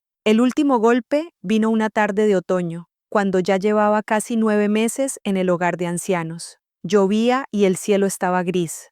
Yo estaba en casa doblando ropa cuando sonó el teléfono. Era Patricia. Tenía la voz rota. Me dijo que una de las residentes, Carmen María, la misma que un día la había confundido con su hija, había muerto esa mañana. Me contó que la noche anterior había estado con ella un buen rato, escuchándola hablar de su juventud. La señora le había contado por enésima vez cómo había conocido a su marido en una verbena de pueblo, y Patricia había asentido, aunque ya conocía la historia de memoria. Me explicó que, al despedirse, Carmen María le había agarrado la mano con fuerza y le había dicho que le daba las gracias por no tenerle asco, que mucha gente se apartaba de su cama por miedo al olor o a los cables. Esa mañana, cuando Patricia llegó al centro, Carmen María ya no respiraba. La habían encontrado tranquila, con los ojos cerrados. Me relató que se quedó paralizada al ver la cama vacía unas horas después, que el hueco en el cuarto le pareció enorme. Dijo que, por primera vez en mucho tiempo, se dio cuenta de lo que significaba, de verdad, que alguien no volviera nunca. Mientras me contaba todo esto, Patricia rompió a llorar al otro lado de la línea, sin intentar disimular. Decía que se sentía culpable porque había días en que solo quería que su turno terminara para irse a casa. Decía que ahora pensaba en todas las veces que había hablado de mí como una carga, en los audios despreciando viejos, y que la vergüenza le quemaba por dentro. Yo la escuché en silencio, con el corazón encogido. No le hice discursos, solo le dije que el dolor que sentía era una señal de que algo se estaba moviendo en el sitio correcto, que a veces la vida usaba la muerte de otros para despertarnos. Noté que respiraba hondo, como intentando tragar ese nudo que tenía en la garganta. Colgué y me quedé un rato sentada en la silla, mirando mis manos. Pensé en todas las veces que yo misma había dicho que las personas no cambiaban. Ese día tuve que reconocer que me había equivocado. No de golpe, no de la noche a la mañana, pero mi hija estaba cambiando. Y yo también. Pasaron las semanas. Patricia terminó el curso con buenas notas, algo que a mí no me sorprendió, porque siempre había sido lista. La directora del hogar de ancianos la recomendó para un puesto remunerado en el propio centro, media jornada al principio. Cuando vino a contármelo, traía el certificado en la mano y una mezcla de orgullo y miedo en la cara. Decía que no sabía si sería capaz, que una cosa era ir de voluntaria y otra tener el peso de ser trabajadora. Yo le dije que sí sería capaz. Le recordé que había soportado horarios horribles en tiendas donde nadie valoraba su esfuerzo, vendiendo ropa que se tiraba a los pocos meses. Le expliqué que ahora, al menos, su tiempo iba a tener un impacto en vidas reales, no solo en cajas registradoras. Verla firmar su primer contrato en años en algo que no tenía que ver con ventas o promesas dudosas fue uno de esos momentos que se te quedan grabados. Me miró, después de firmar, y dijo que entendía por fin lo que yo sentía cuando hablaba de mis años en el supermercado. Dijo que ahora era ella la que se ponía el pijama de trabajo y pensaba en las personas que la esperarían al día siguiente. Mientras la vida de Patricia se reordenaba poquito a poco, yo seguía pensando en el terreno de Vélez. Un día recibí una llamada de un hombre que decía representar a una constructora interesada en la zona. Habían sabido que yo era dueña de esa parcela y querían hacerme una oferta. Hablaba de cifras concretas, 350.000 euros por el terreno si firmábamos pronto, porque tenían un plan para levantar allí apartamentos turísticos. Cuando colgué, sentí que la cabeza me daba vueltas. No todos los días le ofrecían a una mujer como yo más de lo que había tenido nunca junto en números. Sumando eso a lo que ya había en la cuenta del edificio, estábamos hablando de una cantidad que cambiaba vidas. Podría haber comprado una casa grande, viajar, asegurar estudios a mi nieto, vivir sin mirar nunca más el precio de nada en el supermercado. Esa noche casi no dormí. Me imaginaba a Antonio diciendo que ese dinero no caía del cielo. Recordaba sus palabras en la carta sobre que no había querido vender cuando otros vecinos lo hicieron, porque intuía que ese lugar podía servir para algo distinto que otro bloque de pisos impersonales. A la vez, una parte de mí se preguntaba si no sería mejor ser pragmática, firmar y vivir tranquila los pocos años que me quedaran. Lo hablé con Patricia unos días después. Le conté la oferta, los números, las condiciones. Esperaba que se le iluminaran los ojos, que me dijera que aceptáramos sin pensar. Para mi sorpresa, se quedó callada un buen rato. Miraba el mantel, pasaba los dedos por un hilo suelto. Al cabo de unos minutos, me dijo que una parte de ella quería decir que sí sin dudar, porque estaba cansada de contar céntimos. Pero luego añadió que, desde que trabajaba con mayores, había empezado a ver las cosas con otra escala. Contó que todos los días veía personas que habían acumulado dinero, pisos, coches, y que al final, sus últimos años, los pasaban en una habitación de 10 metros, con una mesilla y una foto. Me explicó que empezaba a pensar que el verdadero lujo al final de la vida no era el dinero, sino tener un lugar donde te trataran con respeto, donde no te aparcaran como si fueras un trasto. Dijo que el centro donde trabajaba estaba siempre lleno, que las listas de espera eran largas, que muchas familias lloraban en la puerta porque no había plazas. Cuando la escuché decir eso, sentí dentro de mí un clic más fuerte que todos los anteriores. Era la primera vez que la oía hablar de algo mayor que sus propias necesidades. La vi, con el uniforme todavía puesto, el pelo recogido deprisa, las manos llenas de pequeñas marcas de batallar con sillas de ruedas y sábanas, y pensé que quizás el proyecto que se me venía a la cabeza no era una locura total. Decidí sacar el tema del sueño que me rondaba. Le conté que había imaginado transformar ese terreno en un lugar para mayores, algo pequeño, familiar, con pocas plazas pero bien cuidadas. Le expliqué que no tenía ni idea de licencias ni planos, pero que sí sabía cómo se sentía una persona mayor cuando la trataban como una carga. Le dije que me gustaría crear un sitio donde ese sentimiento no existiera. Patricia se quedó mirándome con los ojos abiertos, como si yo fuera otra persona. Dijo que, si se lo hubiera planteado un año atrás, habría pensado que estaba loca. Ahora, en cambio, la idea le hacía ilusión y miedo a la vez. Me habló de lo que veía cada día, ancianos que querían salir a un jardín y no podían, que necesitaban más personal del que había, que se alegraban como niños cuando les hacían actividades que salían de la rutina. Me preguntó si creía de verdad que podríamos hacerlo. Yo le respondí con sinceridad que no lo sabía, pero que tenía claro algo, que si vendíamos el terreno a la constructora, nunca sabríamos qué hubiera pasado. Si en cambio intentábamos levantar algo ahí, habría dificultades. Sí, pero también la posibilidad de que el esfuerzo de Antonio tuviera un sentido más grande. Ella dijo que necesitaba pensarlo. Yo no la presioné. Le dije que la oferta tenía fecha, pero que prefería perder dinero antes que arrastrarla a un proyecto que no quisiera de verdad. La vida no nos dio mucho tiempo para reflexionar tranquilas.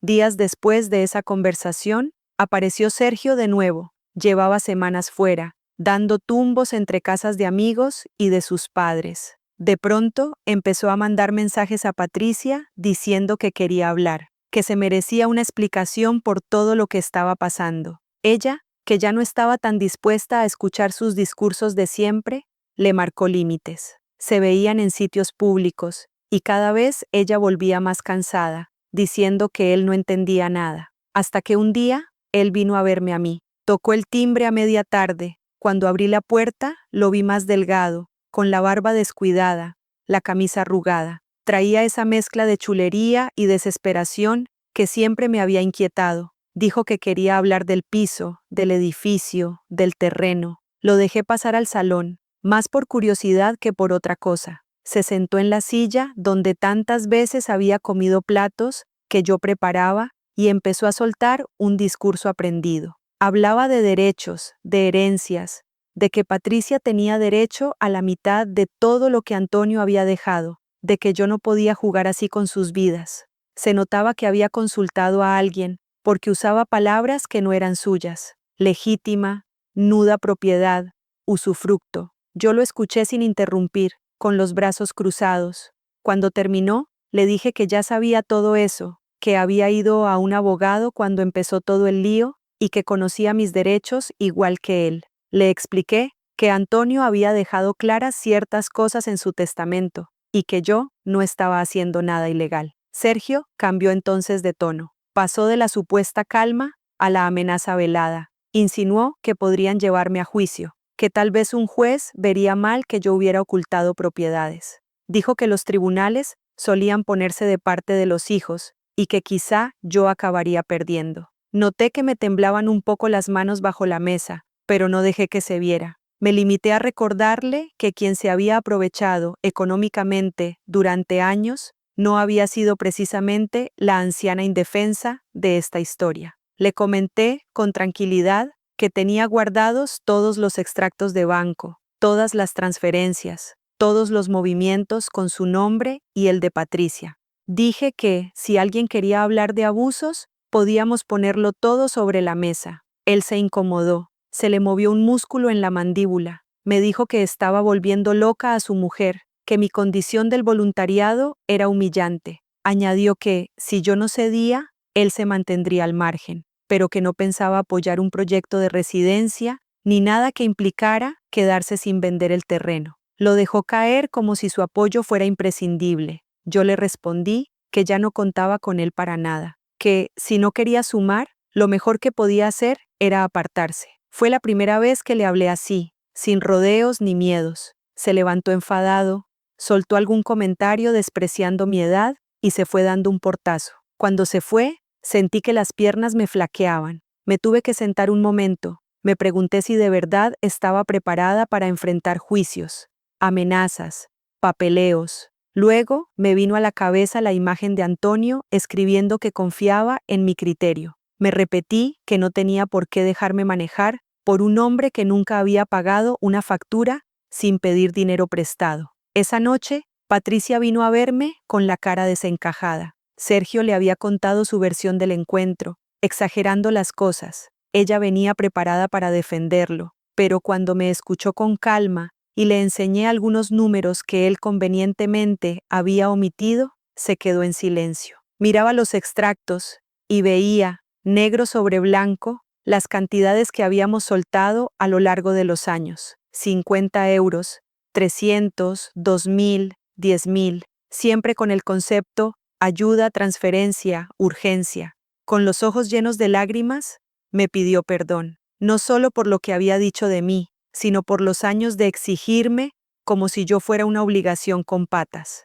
Dijo que se sentía idiota por haber permitido que Sergio controlara su manera de vernos. Me confesó que, desde que trabajaba en el centro, veía a hombres como él en los relatos de las residentes, maridos que desaparecían cuando la enfermedad llegaba, hijos que solo venían a firmar papeles cuando ya olía a herencia. Me dijo que no quería repetir ese patrón, que no quería ser la mujer que mira hacia otro lado, mientras el hombre de su vida exprime a todos. Esa noche, por primera vez desde que comenzó todo, la abracé sin reservas. Sentí su cuerpo temblar contra el mío, como cuando era niña y venía a mi cama tras una pesadilla. Pasaron unos meses. Sergio se fue difuminando de nuestras vidas. Seguía viendo a su hijo, claro, porque Patricia consideraba que el niño tenía derecho a tener un padre, pero la relación con ella ya no fue la misma. Él no supo o no quiso adaptarse a la mujer en la que mi hija se estaba convirtiendo.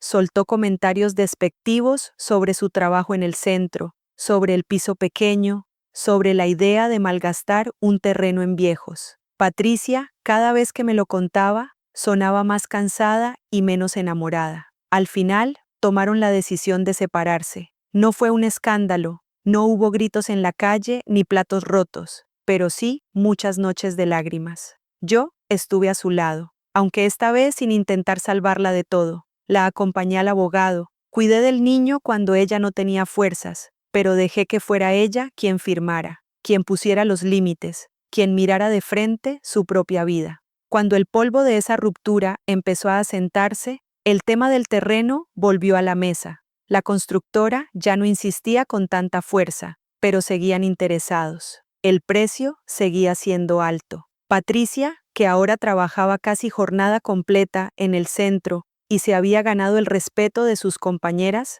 me sorprendió un día diciendo que no quería vender. Explicó que cada vez que una familia llamaba, preguntando por plazas y había que decirles que no había sitio, se acordaba del terreno. Decía que se imaginaba un lugar allí con habitaciones luminosas, con un comedor digno, con profesionales que no fueran siempre a contrarreloj, con un jardín grande donde las personas mayores pudieran sentarse al sol sin prisas. Yo la escuchaba y sentía una mezcla de orgullo y vértigo. Era ella ahora quien empujaba la idea. Me hablaba de modelos de residencias pequeñas que había visto en internet, de cooperativas, de fundaciones, de gente que hacía las cosas de otra manera. Traía folletos, apuntes, números que se había molestado en calcular. Hablaba de ayudas públicas, de subvenciones, de posibles acuerdos con el ayuntamiento. Al principio, cada palabra de esas me daba dolor de cabeza, pero poco a poco nos fuimos organizando. Pedimos cita con un asesor de proyectos sociales del municipio. Explicamos nuestra idea, transformar el terreno de Vélez en un centro residencial pequeño, con unas 20 plazas, pensado para personas mayores con pocos recursos, combinando parte de nuestro capital con ayudas y créditos. El camino no fue fácil. Hubo reuniones largas, formularios que ni entendíamos, plazos, presupuestos que subían y bajaban, arquitectos que proponían cosas que parecían de otro planeta. Hubo días en los que salíamos de las oficinas mareadas, con ganas de abandonarlo todo. Yo, sobre todo, tenía miedo de meterme en algo que me sobrepasara, pero cada vez que pensaba en tirar la toalla, me venía a la mente algún rostro del centro donde Patricia trabajaba. La señora que pasaba horas mirando por la ventana, el hombre que se tranquilizaba cuando oía una canción antigua, la abuela que se iluminaba cuando el nieto aparecía una vez al mes. Y también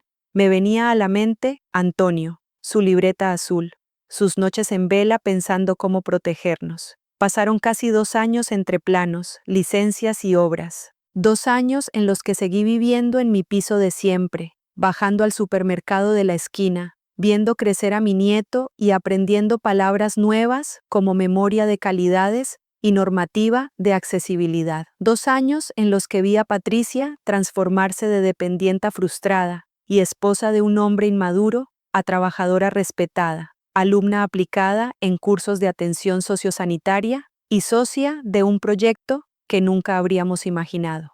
El día que vi por primera vez el edificio levantado en el terreno de Vélez, casi terminado, se me hizo un nudo en la garganta. No era nada de lujo, 2 plantas, fachada blanca sencilla, ventanas grandes, una entrada con rampa amplia, un jardín con tierra recién removida y algunos bancos. Dentro, las habitaciones no eran enormes, pero sí luminosas, cada una con su baño adaptado, su cama bien puesta, su armario. Patricia caminaba a mi lado enseñándome detalles que yo ni habría notado. Las barras de apoyo en los pasillos, las puertas anchas, el sistema de llamada en cada habitación. Se le notaba la emoción en cada gesto. Decía que allí, si todo salía bien, nadie se sentiría un estorbo. El centro lo llamamos Hogar Antonio y María. El nombre me dio vergüenza al principio, pero Patricia insistió. Decía que si mi nombre estaba allí, nadie podría decir que yo no pintaba nada en la historia. Yo acepté, pensando en la cara que pondría Antonio si pudiera ver aquel cartel en la entrada, con su nombre al lado del mío. Utilizamos una parte importante del dinero ahorrado para la obra. Otra parte la destinamos a un fondo para garantizar que siempre habría plazas para personas mayores sin recursos. Firmamos documentos ante notario donde dejamos claro que el centro no podría venderse a la primera oferta jugosa que llegara. Lo configuramos como una fundación pequeña, con estatutos que blindaban la finalidad social. Quise asegurarme de que, si algún día yo faltaba, nadie podría convertir aquello en un negocio frío. Patricia asumió la dirección técnica del centro con el tiempo, después de formarse bien. Empezó como coordinadora de personal y luego se fue ganando el respeto de todos. Había días en que llegaba a casa agotada, con la espalda destrozada y la cabeza llena de historias tristes, pero al mismo tiempo había en ella una satisfacción que yo nunca le había visto cuando hablaba de cruceros o de restaurantes. Yo, por mi parte, me convertí en una especie de anfitriona del lugar. No tenía un cargo oficial muy complicado, pero estaba allí casi todos los días, dando vueltas por las salas, supervisando que no faltara nada, sentándome a jugar cartas con algunos residentes, acompañando en los ratos de televisión.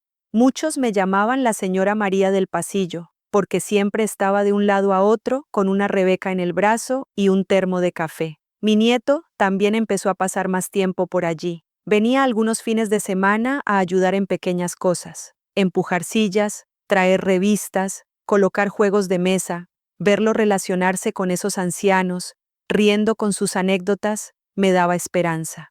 Pensaba que quizá él crecería con una idea distinta de lo que significaba envejecer, que para él las personas mayores no serían solo un estorbo. Patricia y yo, entre tanto, seguíamos sanando nuestra relación. No fue un camino perfecto. Hubo días en que yo recordaba la casita de Torrox y el reloj y se me apretaba el pecho. Hubo momentos en que ella se sentía juzgada por cosas que ya estaba intentando cambiar. Hablamos mucho, a veces con la voz rota, otras con una calma nueva. Hubo una noche en particular que se me quedó grabada. Estábamos en el jardín del centro, ya casi oscuro, sentadas en un banco después de una jornada larga. Un par de residentes paseaban despacio de la mano con un auxiliar. Se oía de fondo el murmullo de la televisión del salón y el ruido lejano de coches. Patricia me dijo que todavía se sentía culpable cada vez que pensaba en la casita y en el reloj. Admitió que no sabía si algún día podría perdonarse del todo. Dijo que, cuando veía entrar a una nueva residente abandonada por su familia, se veía a sí misma en algunos de esos hijos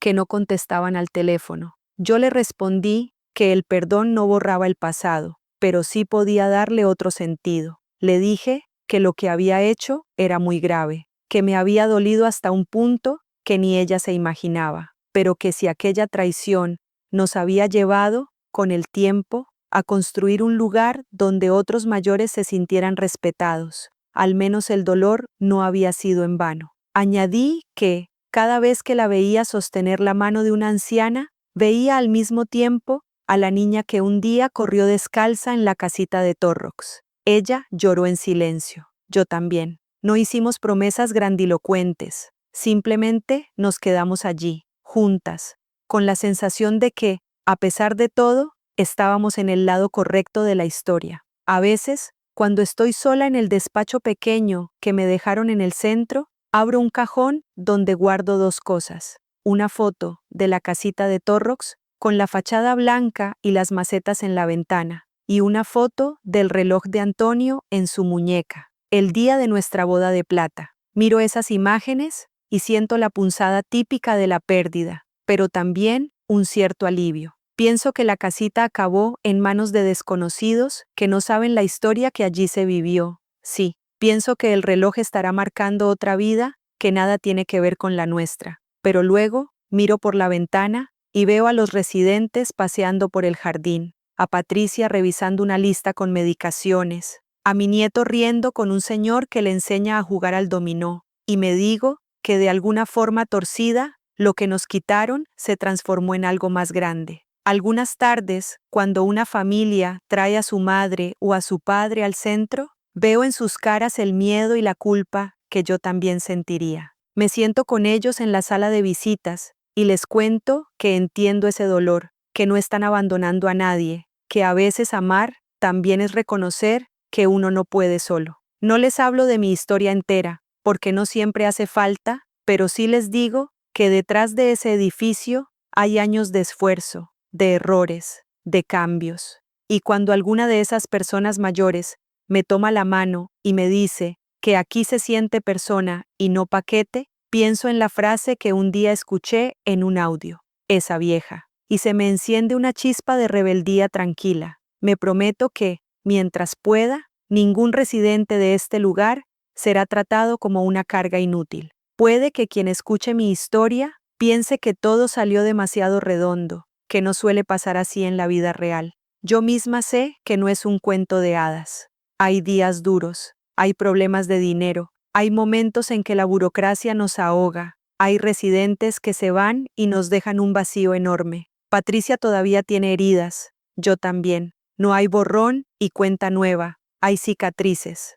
Pero también hay algo que nunca tuve antes, la certeza de que, a mis casi 70 años, no me dejé pisar hasta el final, que encontré una forma de convertir la traición en oportunidad, sin negar el dolor ni justificar lo injustificable, que obligué, casi a la fuerza, a mi hija a mirarse en el espejo, y ella, en vez de romperlo, decidió cambiar. Si alguien que escucha esto tiene una madre mayor a la que lleva tiempo sin llamar, le diría que no espere a que una carta escondida o un audio doloroso lo cambien todo, que marque su número, que la visite, que pregunte de verdad cómo está. Y si alguien se reconoce en la Patricia, que solo veía en sus padres un monedero o un estorbo, le diría que se asome, aunque sea un día, a un hogar de ancianos, que mire a los ojos a esas personas y se pregunte si quiere acabar siendo el hijo o la hija que nunca aparece. No hace falta construir una residencia entera para cambiar. A veces basta con un gesto, una visita, un límite bien puesto. Yo tardé demasiado en aprenderlo, pero hoy, cuando camino por los pasillos del hogar Antonio y María y escucho las risas mezclarse con los quejidos, sé que, al final, el legado de mi marido no estaba en una casita de playa ni en un reloj de oro. Estaba en la posibilidad de elegir qué hacer con el dolor cuando llegó.